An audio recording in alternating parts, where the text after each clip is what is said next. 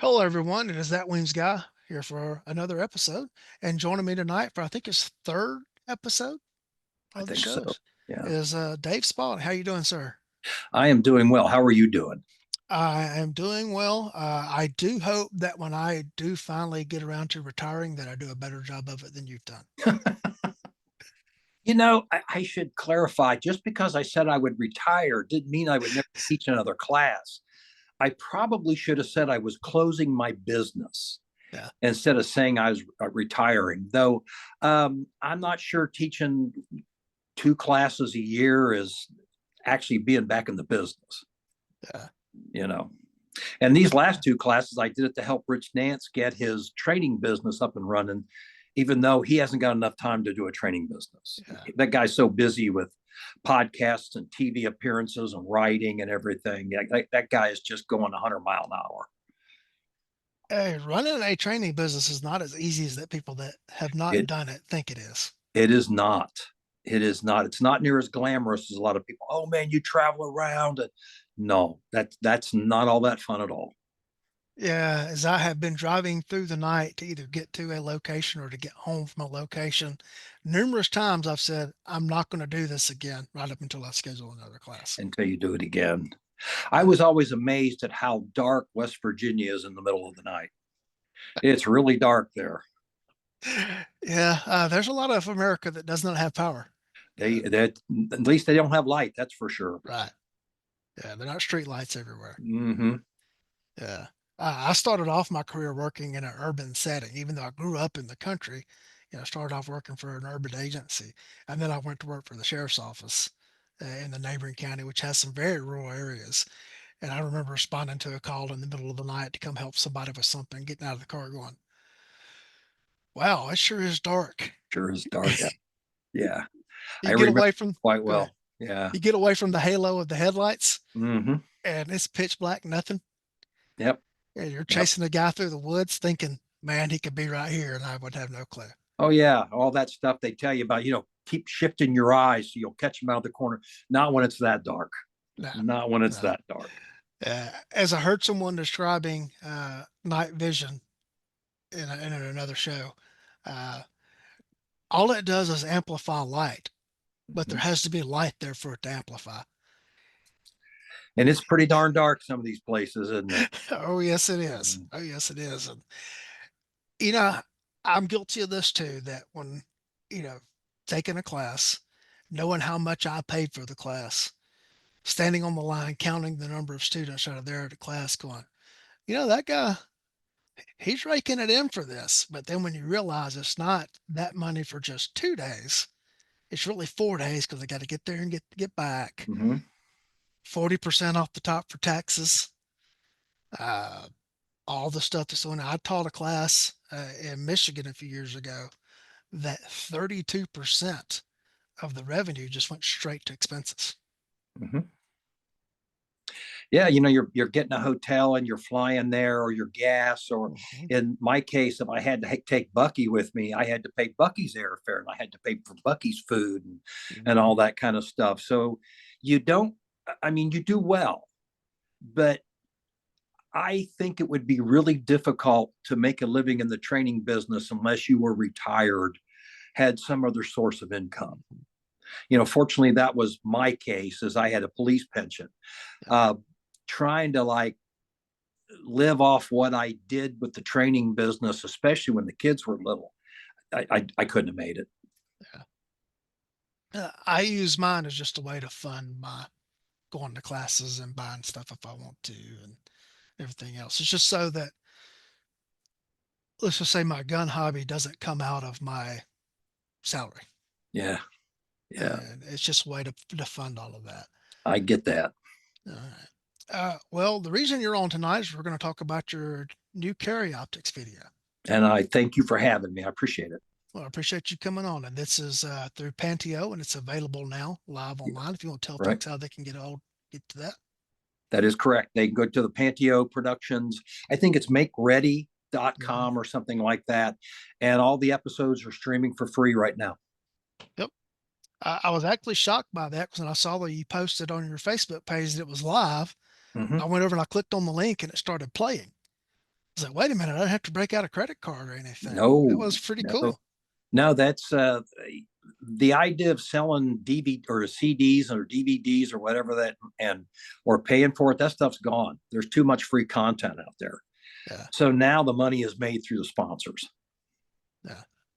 And there's going to be something about that as we come up with the Ah, conversation, sure, because I know in one part of the video, sure. you have a funny story about. You got to make the sponsors happy. Um, One thing that I noted right off the rip watching the video is how painstakingly you tried not to take anyone in the training community to task. No, I wasn't. I wasn't trying to slap anybody down for their methodology or how they teach it. All I am saying in the video is this is how I did it. And contrary to what some people on the internet have said, I've been doing it for a long time. So I I have never struggled finding the dot. And God is my witness on my mother's grave. I have never struggled finding the dot. And the methodology that I use to do that is what I was basically passing on. Bucky Buchanan, the fellow that worked with me at Handgun Combatives, when he first put an optic on it, I showed him the method, and he was on the dot within 15 minutes. You can ask him for yourself; he'll tell you he didn't have any trouble with it either. Yeah,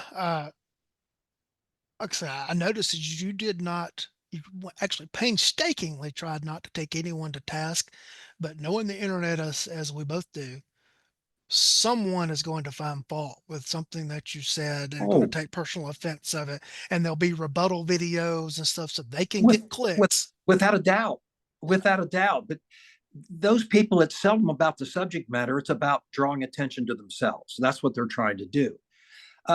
There will be people that will take me to task. They'll say I'm wrong, or they'll make, like you say, rebuttal videos. Mhm. But what I would tell the viewer who is trying to decide is look at what I say and go try it for yourself. It's just biomechanically sound. There's nothing magical about it. As a matter of fact, what I tried to do was take the mystery out of it and make it easier for the people who do want to use a carry optic on their pistol. It's not that there isn't some complex issues involved in it, but it can be done relatively easy, relatively quickly. But even so, there's still practice involved. Once you start using whatever method or whatever instructor, they'll all tell you now you've got to practice it. Nobody can just like impart you with this. You've got to put some repetition into it.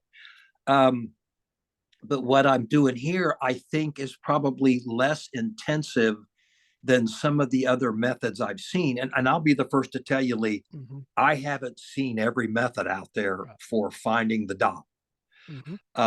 I'm sure there's a bunch, and there's probably some good ones out there. There's probably other methods, Yeah. and I'm not saying other methods don't work. I'm just saying this is how I teach it.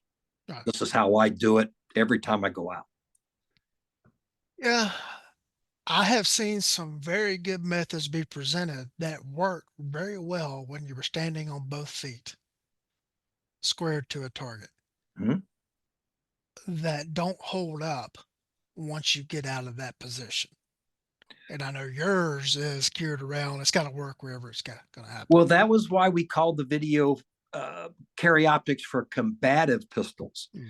because for competitive pistols, where you probably will be standing in your perfect position, having just stepped into the box or whatever like that, there's a lot of different methods that probably are great.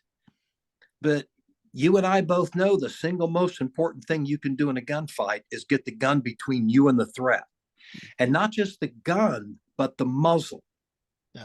The muzzle's got to be pointed towards the threat, and that muzzle has to be pointed towards the threat as soon as it leaves the holster pouch, or as soon as it's brought up from ready or some muzzle diversion position. It has to be oriented to the threat, or it's just a fairly useless implement. Yeah. So that is probably the primary thing I took into account as I was putting all of this together, is that the muzzle's got to lead to the threat. Another point I'd like to make before we go any further, is we get in the weeds on sights, always have, you know, whether you can even use sights or whether you should have black sights or three dots or colored sights or we should have irons or optics. All any sight system does is tell you where the muzzle's pointed. It's not mysterious. All it's telling you is that as you look through your eye to the target, that you now have the muzzle in the alignment position you want it to be. Doesn't mean you're not going to destroy it as soon as you snatch the gun and smash the trigger and do all the other things that we tend to do. It just tells you where the muzzle's pointed. And trying to make them more than that is probably a mistake on our part because we're taking away from the importance of controlling the trigger in favor of looking at some sight system. Tom Givens, I've heard him multiple times refer to them as muzzle reference indicators instead of sights. Bert DeVerney at the Smith & Wesson Academy called them trajectory indicators. Yeah, I mean, that's all they are. Nothing more, nothing less. They're important, but probably building a good grip and controlling the trigger is probably more important because we both know that within certain distances, you can point shoot pretty well. So it can be done, but the confidence that comes from knowing where your muzzle's pointed is pretty darn important. Yeah. When carry optics first slide mounted optics, first started to start bubble up in internet discussions, I went looking for information on it. Now, this is a decade ago at this point, maybe longer. And way back then, I found information out there from two people. One was Kelly McCann and the other was you. But it's funny that I've seen some of these references that you made earlier of people acting like, well, he doesn't even have a background in this stuff. Okay, a decade ago when I started researching it, I found information from Kelly McCann and you. I kind of think you were at the forefront.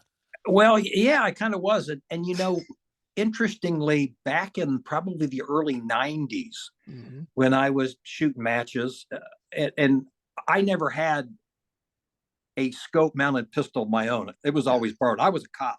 When I shot my pistol matches, I shot it with my SWAT issued 5906. But, you know, I borrowed some of those big 1911s with the scope mounted to the frame, and it was pretty nice. It was pretty nice. And then amongst the people on the range waiting for their turn to shoot, the subject matter always came up. You know, someday they're going to make these things small enough we can put them on a fighting pistol. Man, that will be neat when they can do that. Well, go by another 15 years, and lo and behold, Kelly McCann takes a Dr. Optic, which was intended to be piggybacked onto an ACOG. And he gets this little platform that goes into the rear sight dovetail, mounts it up, and starts shooting it. He does a number of training videos with it and makes the observation that he wanted continuity between his carbine optic and then his pistol optic. But he admitted to me later that he had gone on the other side of 40 and his eyes weren't, and he was hoping it would be a help. He and I were actually sitting one time at the Crucible at Crucible, not the Crucible, at Crucible, when he was still running that training facility. We were in the bar that he called the Cudgel. And it was late one night. We were just sitting around just talking, and the subject of carry optics came up. And we got to laughing about the drama behind some of the stuff that was just starting to kick in. And Kelly laughed and said, man, these things make it easier, not harder. And he was absolutely right. They make it easier provided you don't make it hard on yourself. But he was anybody, I mean, there's all kind, no, I was doing it before he was. I don't think so. I think he was the first one that thought about doing it. And then I followed him about 2008. And then that's when I wrote the law officer article, and Mhm. then spent about a year and a half. And interestingly, Lee, what I did the same thing he did initially, and that's in the law officer article. You can see the little platform with the mine was a Mhm. Trigicom, but it was a Doctor Optic basically. Yeah. Um, and that's how I started out. But one of the first things that I instantly disliked about it was the elevation. It sat way high. Yeah. You know, I kind of liked it being a little bit lower, and I got to looking at the optic, and it had this little notch in the back. And to this day, I don't know what it was for. I think it was actually a guard to protect that little set screw that was in there. Maybe. But I thought, wouldn't it be nice if I could use this as a rear sight, because I had sacrificed the rear sight. Yeah. So if I could get that down low enough that maybe I could. So I'm up in Vermont teaching a class before handgun combatives. I was just up there doing it. And we went over to Caspian, and I talked to Gary Smith, who was kind of the guy that ran the show up there. And I bought one of their Glock 19 slides, and I said, "Hey, can I ask you a question?" "Yeah, go ahead." "Do you think we could go back in your workshop there and those guys could mill out a notch so we could lower this down and use the notch for a sight?" And Gary was like, "I've never heard of that. Let's go back and ask."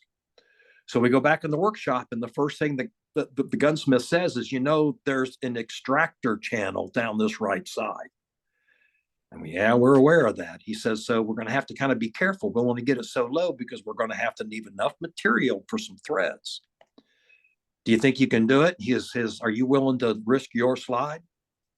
"Sure, why not? I'll risk my slide." Yeah.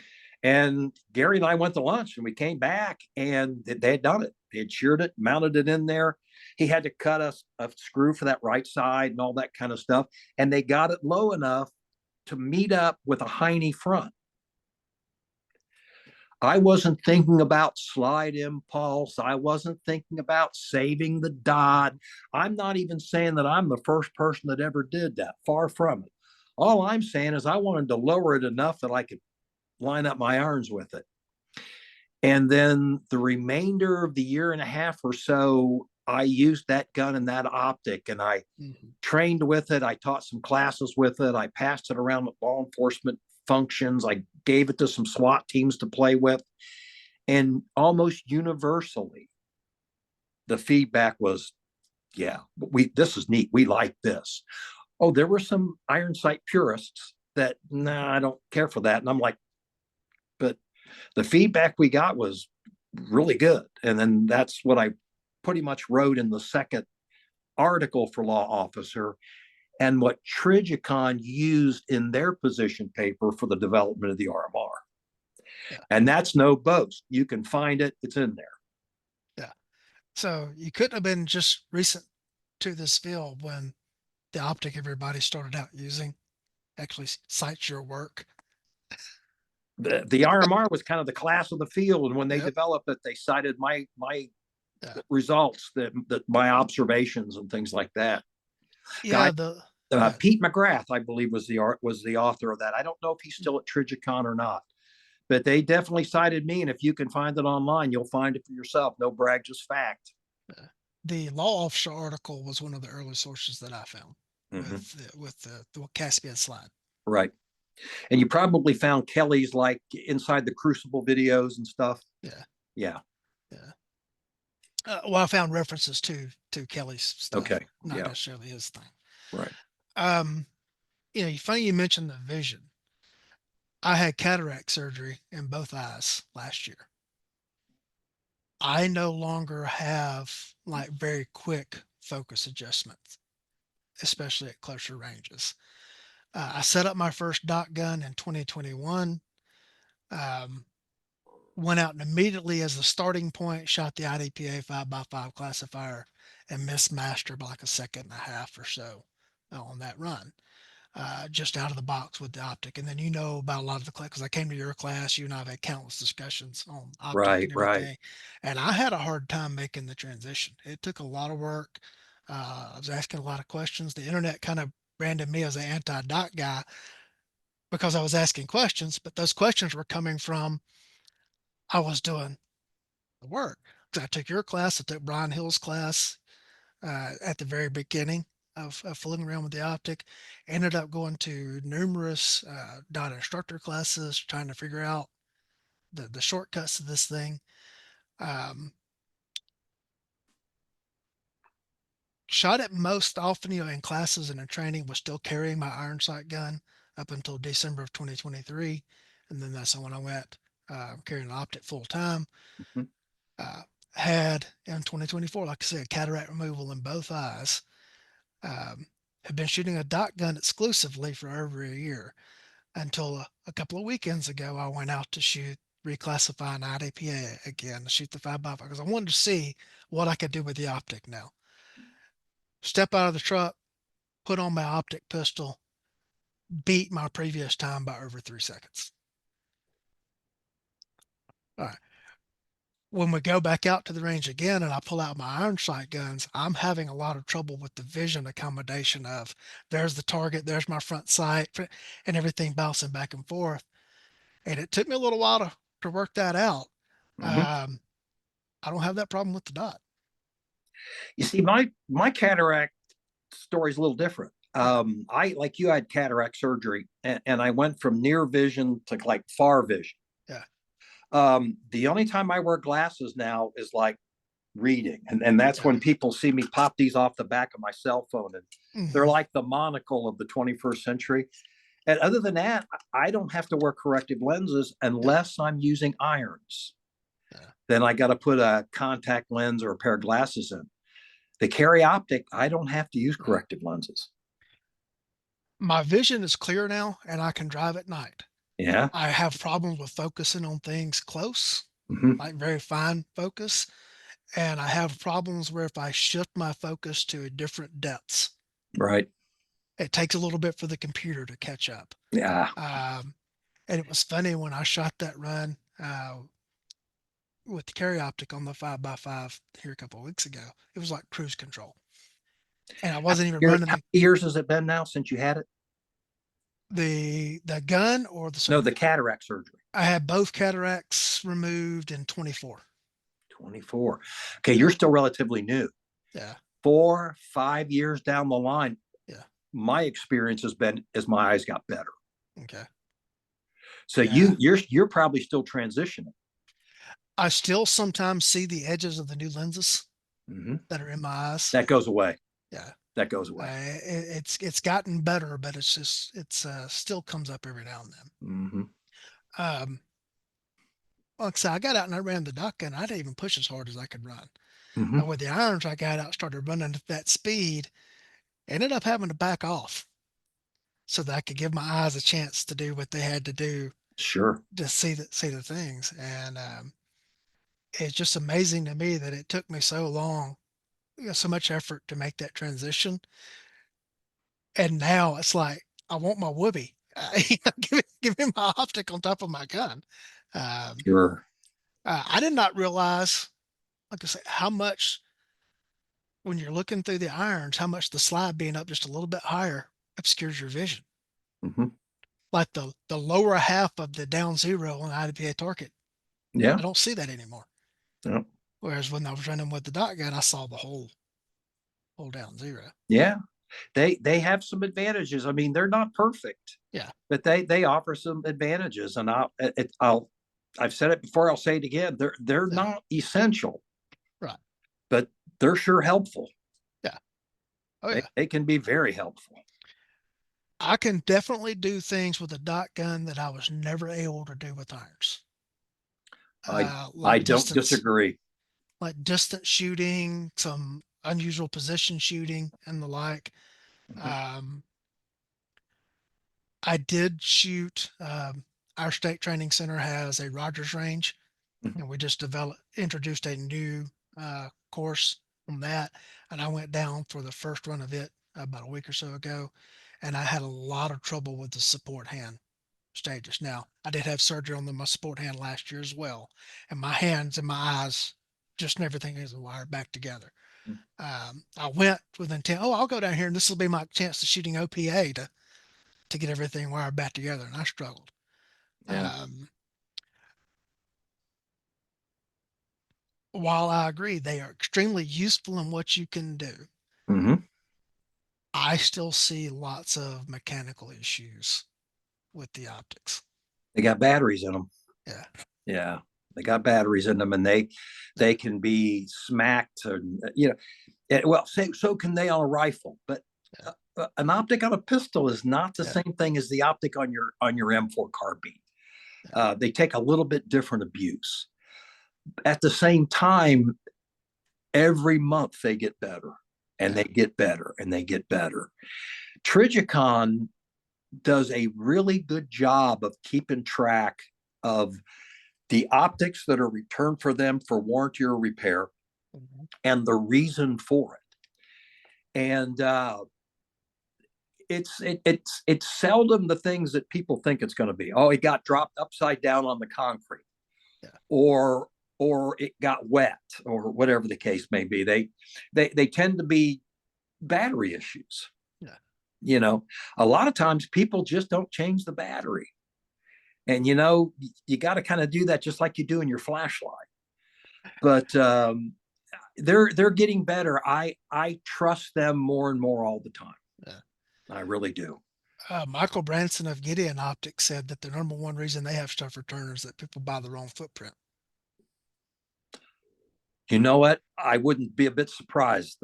I have not heard that, but that would Right, probably, yeah, people yeah, don't really understand the footprint right. and the Um, mounting plates and all that stuff. yeah. Uh, Now, I know there are going to be some people that are going to take issue with what I said about I still see mechanical problems with them.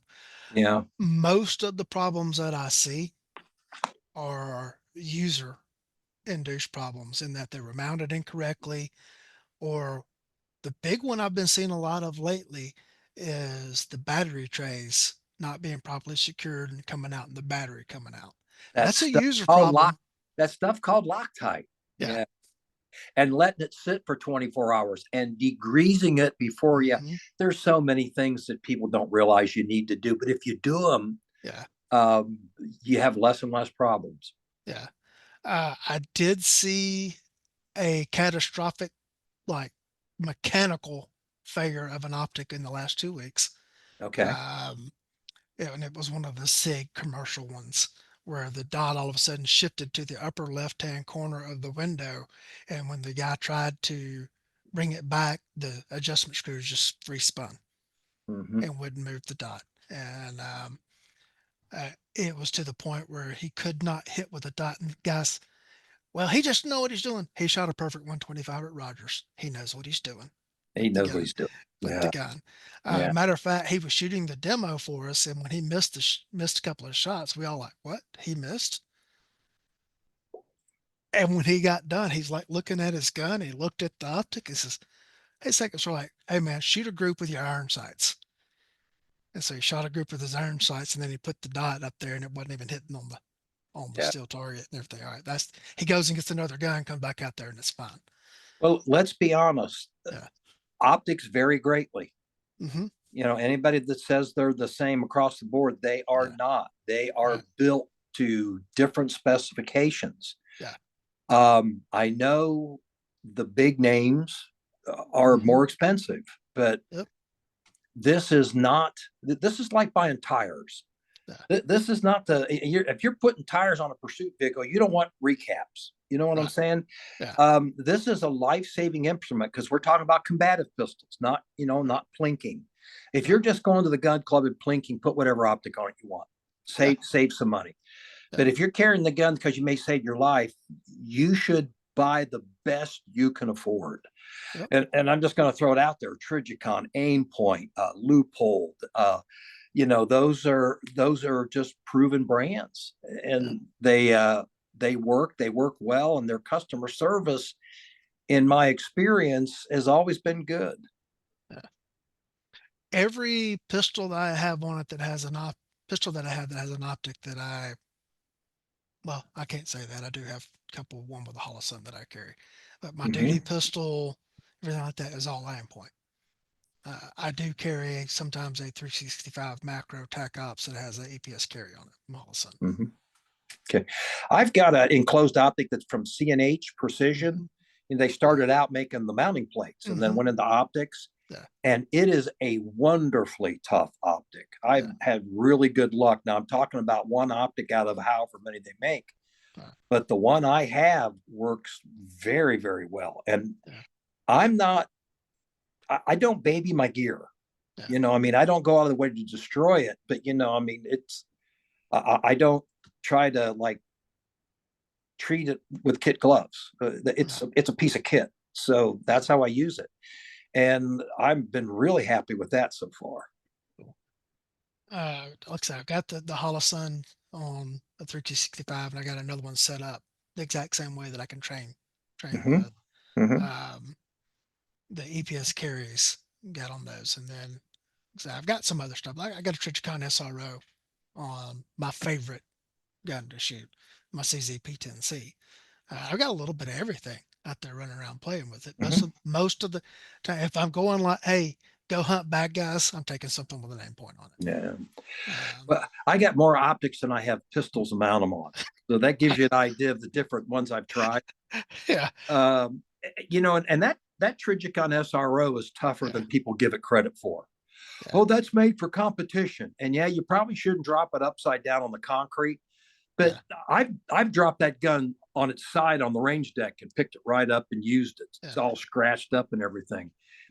And that optic eliminates the problem with finding the dot. Mhm. It just eliminates it. I Yeah, mean, unless you're pointing your gun way off to the side, if you're pointing it straight ahead and that dot's not in the optic, it's not way over here. It's yeah, just right off at the edge. yeah, That SRO is just the right size that even if you're a little sloppy, that dot's in the window. And I can't help but think that Trigicon realized that when they developed that. yeah, They made that circumference mhm, for a reason. yeah, Because if you don't want to struggle with finding the dot, that's what you do. You go to an SRO, and there's some other mhm, competition optics that have bigger screens. yeah, They eliminate that error that happens when you're sloppy deploying the gun to the target. yeah.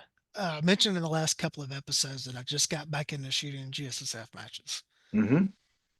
And Gideon makes an optic that has a window about the size of an SRO that direct Mm-hmm. mounts to the MOS cut. That's a good idea. And I gotta tell you, that on like a Glock 19 MOS is appealing for something like GSF gun. That's a good idea. I'll have to look into that. I have not seen that, but I will. I'll look into it. Yeah, and the retail on Gideon. those things is like 249. It's Gideon. Okay, Mm-hmm. I'll look into that. Okay. Yeah. You're welcome, Michael Branson, by the way. Uh, Michael's a good guy. Okay. Um, Now, we just talked about all the benefits of optics and the like, and how we do these great things with them and Mm-hmm. everything. But we got to make the internet mad by, you said something in your video about they're useful but not essential. No, they're not essential. I mean, and my justification is we have been fighting wars for centuries with iron Mhm. sights. And, early guns, those sights were really rudimentary, really Yeah, rough. And people can say things like, well, the hit ratios weren't all that good, but, they were good enough to get entire armies to surrender. So some people must have been getting shot. yeah, So are they essential? No, we could continue on with iron sights and be just fine, but they're useful. They're helpful. They make some corrections. We can do some amazing things with it. But if suddenly it was decided that carry optics due to their construction caused cancer and we need to quit using them, we could go back to irons and we would function just fine. yeah. Our competition scores might suffer a little bit. They might, they Um, might, but then everybody will be on an even playing field. you know, I got to tell you, I've done a lot of study on practice score over the last couple of weeks, looking at Mm-hmm. match registrations. Right. And in most of the major matches in my area, carry optics itself is equaling or exceeding all the other categories combined. That tells you something right there. The masses have spoken that Yeah, they like these things. They want these things, you know. yeah, Um, the last class I taught with Rich Nance here in Dayton, Greg Ellifritz was in the class, and he posted very famously that out of the 24, 26 people we had in the class, he was the only one that didn't have an optic on his gun. Yeah. Now, in Greg's defense, when we were inside 10 yards, he suffered not at all as compared to the other people in the class. Right. However, and he'll tell you, when he started getting back 15, 20, 25, his target was not as attractive as some of the others with the carry optics. Yeah. So, yeah, I mean, fortunately, I think it's still safe to say that a domestic pistol fight, especially an EDC carrier, is going to be inside 10 yards, 12 yards, something like that. Right. So we're still easily within the effective range of iron sights. But hell, the optics glow. I mean, everybody talk, well, you have a hard time seeing your sights. They glow. If you can't see them, you're probably blind or something, because they're easy to see. I mean, that's just it. It's like Kelly said, they make this easier. Yeah. You referenced in your video, trigger control is weapon control. Yes. Yes.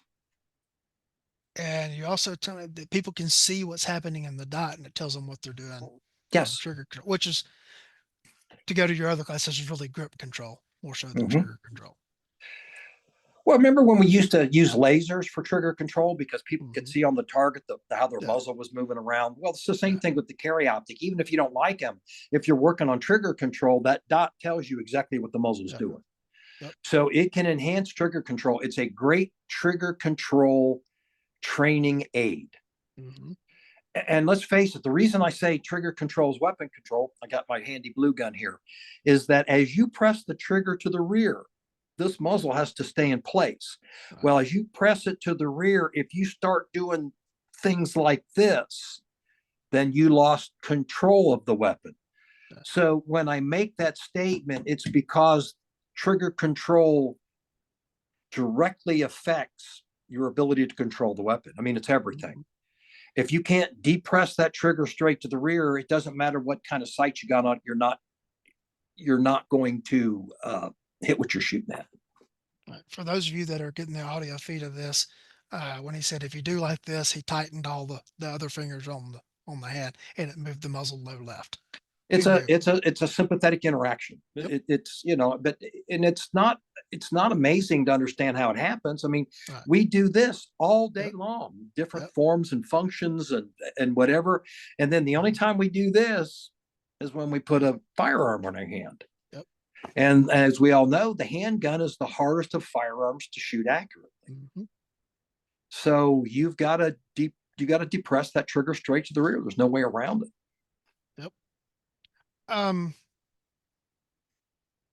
In the last year, I taught over 200, just let's say entry level, gateway level students. I am noticing that I see by far more. We always called them double feeds, but really what it is in this particular instance is the ejection port getting blocked.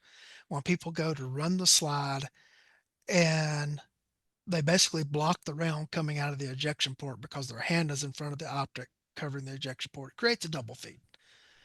I've seen that more than I ever saw it with iron sights. And I thought, having taken all of your stuff and being one of your certified instructors, the inboard manipulations of like, Dave was ahead of his time on this inboard manipulation stuff, because if you do them, you don't have this problem. And I showed it to a class the other day. It's like somebody did that, blocked the round coming out, created the double feed, and I helped them clear it. And everybody gather around. Let me show you. If you run the slide, pinching the optic, run it forward, it doesn't block the ejection port. And it was like that. I had shown them this new invention called a wheel.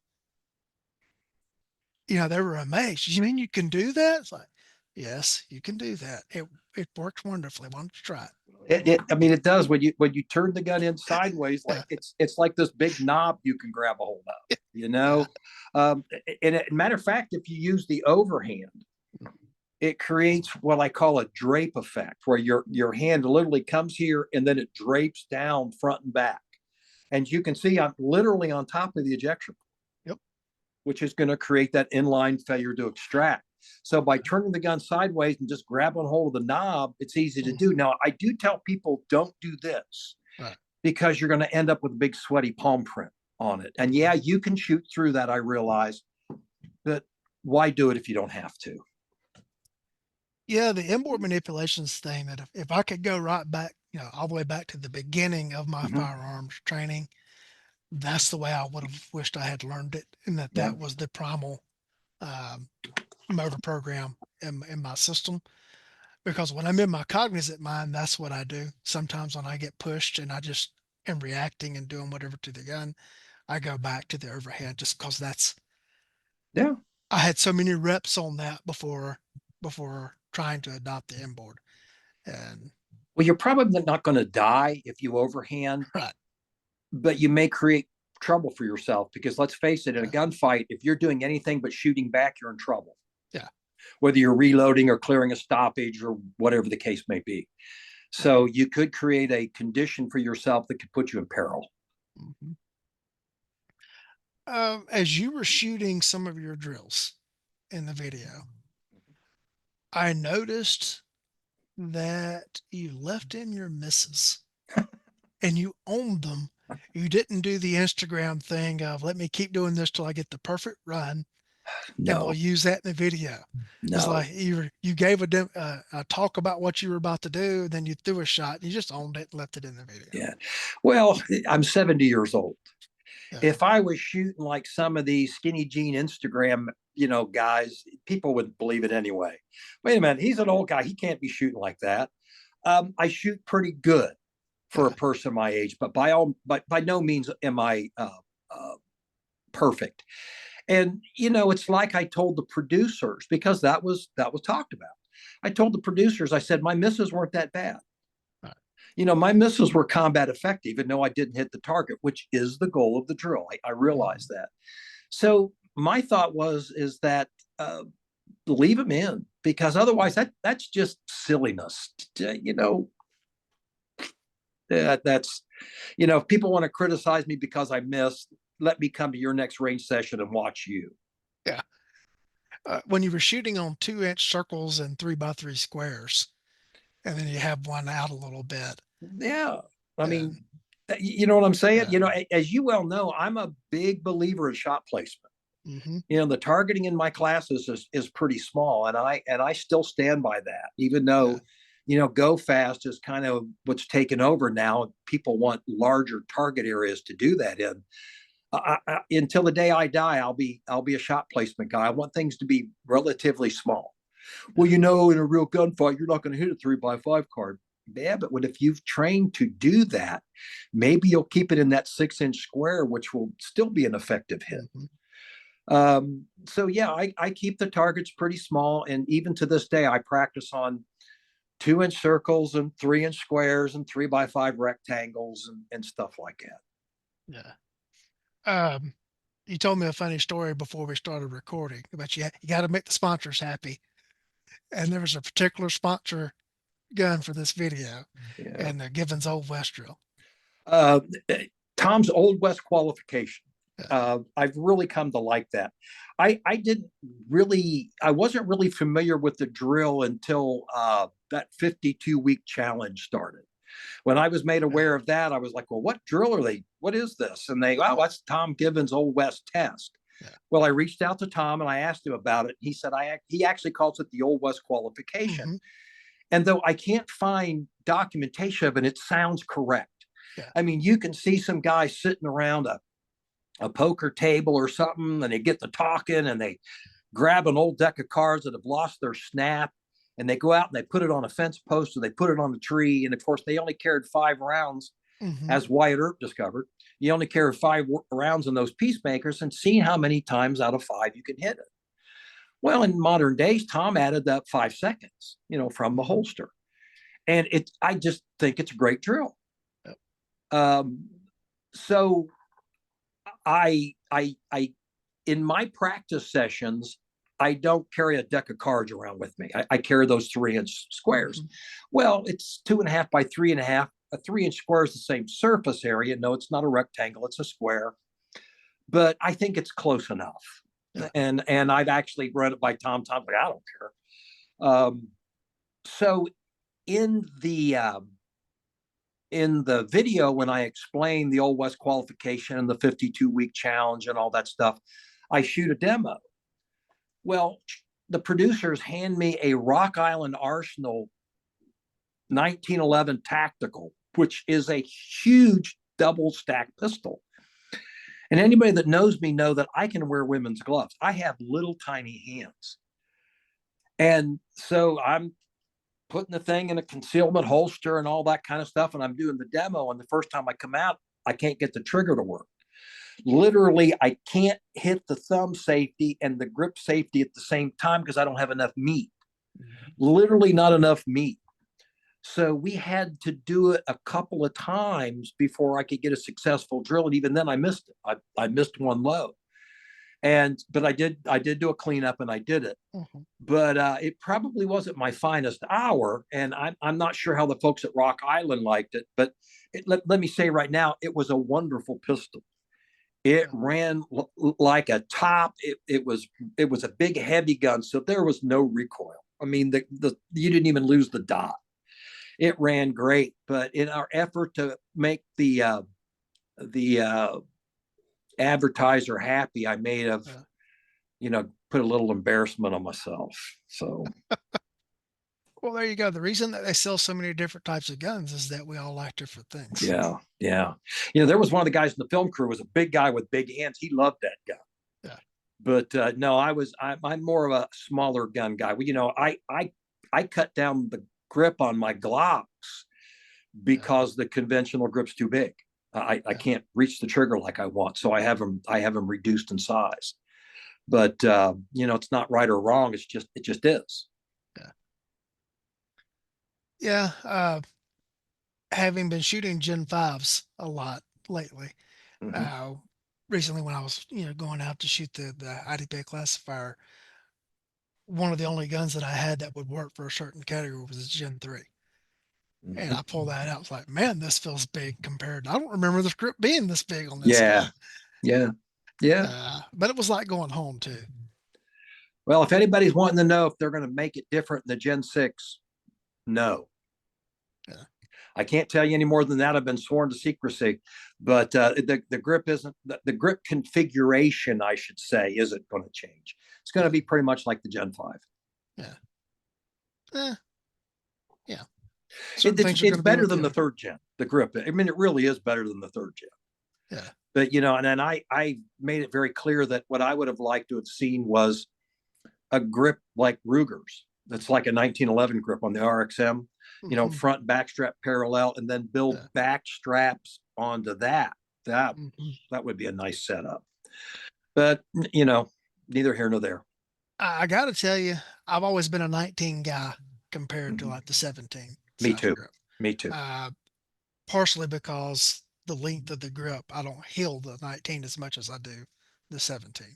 Typically, when I miss, I tend to push high because I heal the gun Mm-hmm. rather than the low left thing.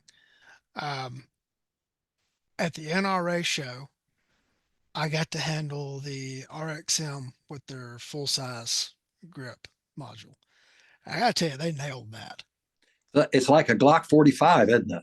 Yeah, yeah. But with a That's flat gonna back be strap. that's gonna be hugely popular. Yeah. Ruger's actually going to be a player in the law enforcement market again. Yeah.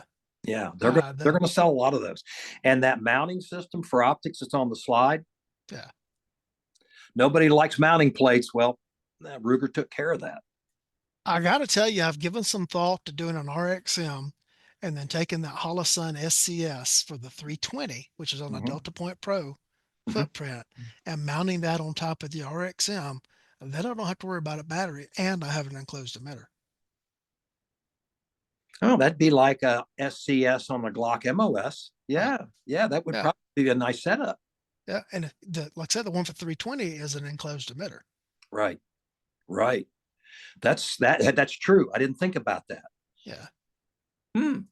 Let me know how that goes. That sounds interesting. That's well down the list of priorities of things to Yeah. do.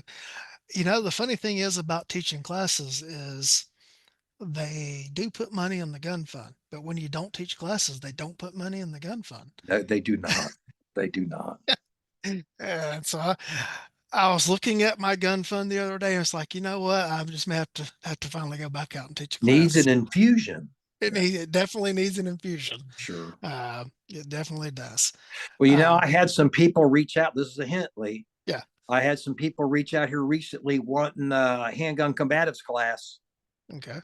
Yeah, I just Yeah. throwing it out there at Yeah. you. There you go. Especially essential pistol, which is an easy class to do, Right. and there's a I lot in love that that class. class. Yeah, Yeah. Yeah. I need to get something. I keep looking. My work schedule just has not been conducive to to teaching. This last 6 months has just been crazy hectic with some stuff that was forced on us about external forces and well, the like. you got a new job, and that takes a lot of time. Yeah, and you know, I zeroed out my leave balance when I left the old job for the new one. Uh, by the time I left the sheriff's office, it was to the point where I had to take a day off at least a month, or I was losing leave time. And now, I'm having to build up to that point. So I've been kind of reluctant to take time off. I've not been doing any traveling other than like a couple of conferences and stuff.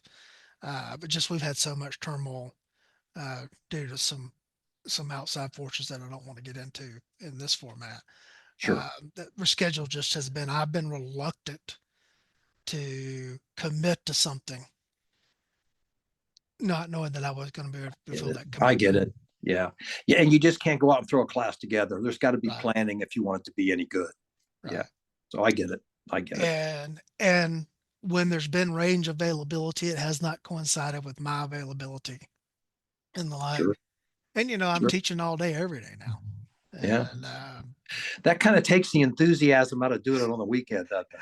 yeah, Yeah, sometimes I just don't want to people anymore. yeah. I hear you. I hear you. Yeah. I sympathize with you, my friend. I get it. Anything about carry optics that's not in the video and that we didn't talk about tonight that you would like to throw in here? No, the idea behind the video was for me to have my say on carry optics. As we've had this conversation. I don't find them very mystical. Right. As a matter of fact, when I started handgun combatives, because they weren't very plentiful, I went back to iron sights. When I started the training company, the carry optics, as the time went on, became more and more, and people said, "Well, you need to have a special red dot class. Why?" There's they make it easier, not harder. I mean, oh yeah, but they have their own. No, not really. If you point the muzzle, sights will be there. I can remember back when people were arguing whether or not you could see sights. Yeah. And I never really got too involved in that argument because I was trying to think of ways that you could make the eyes see the sights, whether they wanted them or not. So I started working on things like consistent path of travel and brightly Mm-hmm. colored sights and looking at what colors did that best. And Rick Callahan and Ameriglow was Yep. Yep. a big help in that. Looking at the different colors and things like that. And so I wanted to create iron sights that were hard to ignore. Yeah. Well, if you've got iron sights that you can use with a soft focus, then you should already be set for carry optics. So I never understood why it had to be something special, but I finally acquiesced, and Bucky and I created um, a carry optics class. And Mm-hmm. the thing that was most interesting about that, though, is we bought 6 of the most popular optics just right off Optics Planet and Amazon and stuff like that. Every one of them went back for repair. Every one of them. Well, that was a lot of years ago, and they're a lot better than they used to be. Yeah. But yeah, I don't find the carry optic thing to be all that. I don't know. I don't want to use the wrong word because I'm not here to offend people. Right. I'm also not trying to take money out of guys' pockets that are teaching these classes. I guess I just don't find them to be all that mysterious. Again, it's like Kelly McCann, and he said it so eloquently. They make this easier. You know, if you build a class around optic, uh, promote it. Well, the first 2 hours I'm going to spend teaching you actually how to actually correctly mount this Mm-hmm. optic, and then we're going to spend a little bit on maintenance. I'll go out and show you this one or two little biomechanical things, and then the rest of it's just a pistol class. Mm-hmm. It's not Well, going to sell as well as the other. if you did that kind of maintenance stuff, it would be really good for folks, and it would save them a lot of grief. But they don't want to see that; they want to shoot Right. guns. Yeah. And that's unfortunate. It would release a Yeah. lot of the problems that we have. I guess the best thing I can say is if you're wanting to know how to properly mount your optic, look at the stuff that the LA sheriff has done, Yeah. because they've done a lot of really good work on how to do that. Yeah. Real quick, make sure you got the right footprint or the right adapter plate. Make sure you degrease everything, let it air dry, use Loctite, wait 24 hours. Make sure if you're using the Glock, you're not trapping the extractor rod on the right side of the slide, things like that. If you Yeah. just use some good sense, and then periodically when you're cleaning your gun, check those screws, you're probably going to be just fine. Yeah. So one of the reasons why I like the Aimpoint Acro is that clamp mounting system is just kind of hard to screw up. It's hard to argue the Acro, though. I think I do like the Koa better. It's a Yeah. little more compact. It's got a little bit bigger window. I do like that Mm. interesting mounting thing. I don't have a lot of time behind either one of those units, Yeah. but I have nothing but good things to say about either one of I picked up a 19 with a Koa on it, and I ran it through day 3 of a Rogers based class. them. Mm-hmm. Um, so a couple of hundred rounds that day. Yeah. And that's it.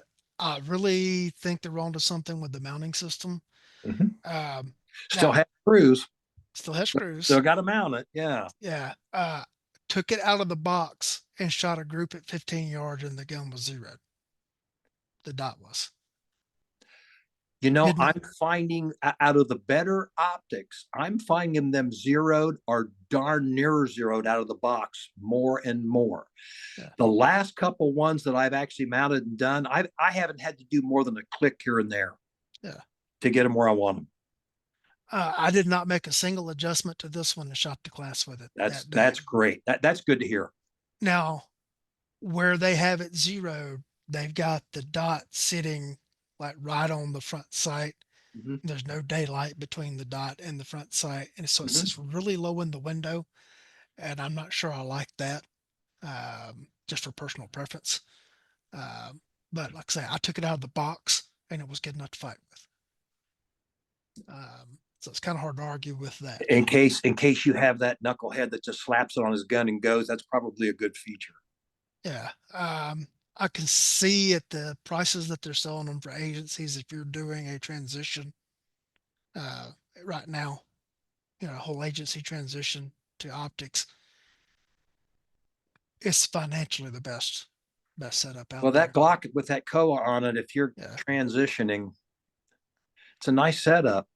I won't name the agency, but I know an agency of about 100 officers that within the last 6 months transitioned to Glock 47s, MOSs.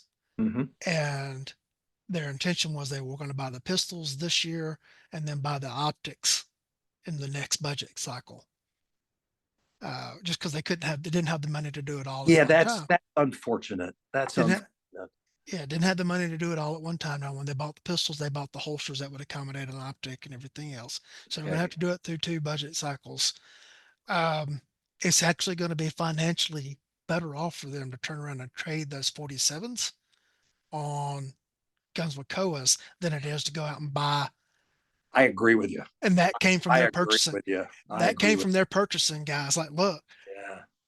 it's actually a better deal for us to do this switcheroo, Mm-hmm. and give up 6-month-old guns and get the, because we can actually do that cheaper than buy the optics. Sounds like they got a solution already set Yeah. up for them. Good deal. Yeah.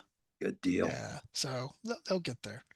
Uh, You did post on your Facebook page that you've been getting a lot of call for an optics class and you're looking at doing one of That was those. the producer's idea. The Okay. producers down at Panteo wanted me to do a class to kind of support that. But I just told them, I said, I'm not coming to South Carolina to do it. Yeah. I did the video because it was an obligation I made before my wife's illness. Yeah. And she's getting better and better. But still, we don't know what caused it. So I want to be at home. I want to be here Yeah. with her. So we threw out the idea of maybe doing it in the Dayton area, up at the Mhm. Mushin facility in Brookville, Ohio. Mhm. We'll see how that goes. I would imagine that myself and James and Corey Cocking will make that decision in the next couple of days. It's going to be cost effective. I'm not here to make a bunch of money. Um, uh, it'll be it'll be mid September to early October, somewhere in there. We Yeah. don't have the exact dates yet. We've had some dates we've thrown out there. It doesn't matter when we do it. We're going to make somebody unhappy. We'll see how it goes. No matter which date you pick, it's going to sell out with a wait list. Uh, I'm not going to say it's going to sell out. I just hope it's good enough to make it worthwhile. You know, Well, I'll predict that it's going to sell out with a wait list. I immediately looked at my calendar. One of the dates would probably work. The other two don't. Um, the one in yeah. September September would, I think, the one that there was something I had conflicts with all with. with the October ones. Yeah, Well, with we had a lot of people said, "Don't do it in October. I'll be at Gunsight." There must be some going on at Gunsight because there was a lot of folks at Gunsight. Um, yeah, we haven't set yet. yeah, I'll talk to James and Corey, and yeah, we'll let everybody know in the next couple of days.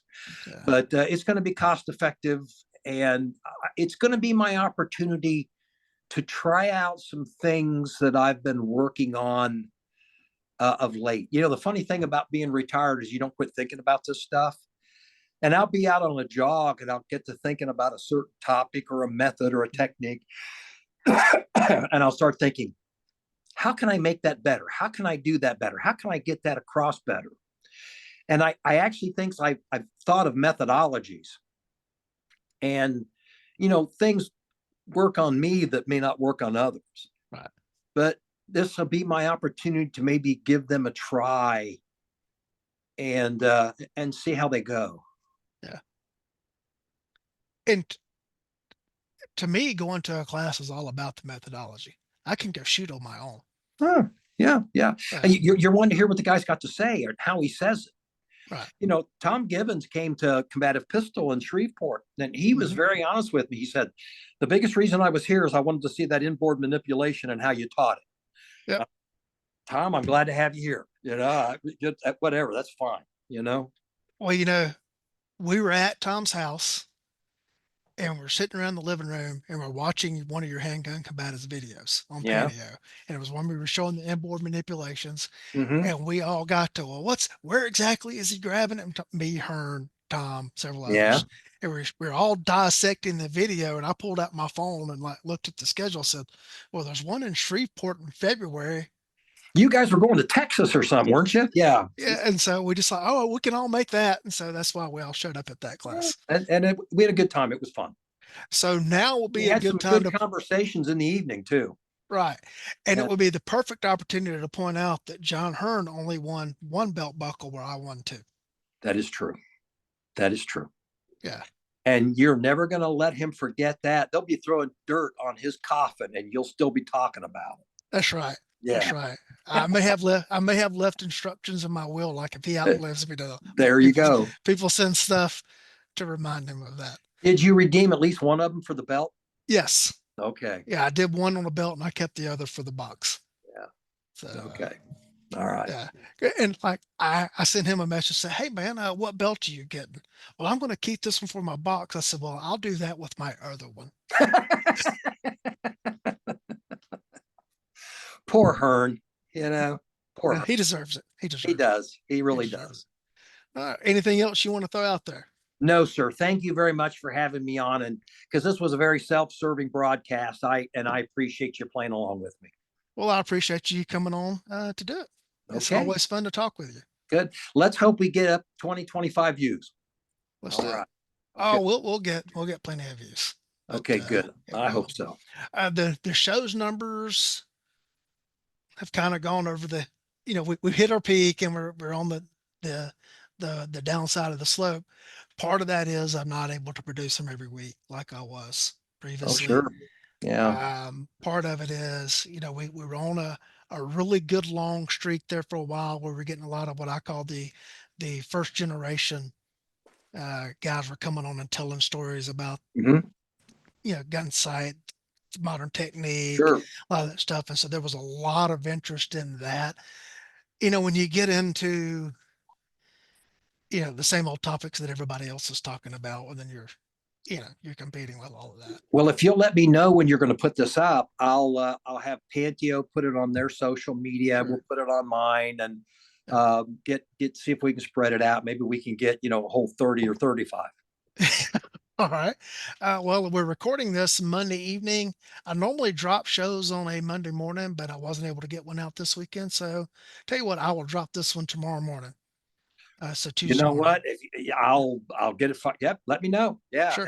Once it's linkable, Yeah. we'll get it out there. All righty. All right. Well, Dave, I appreciate you coming on and taking the time out of your day to do this show.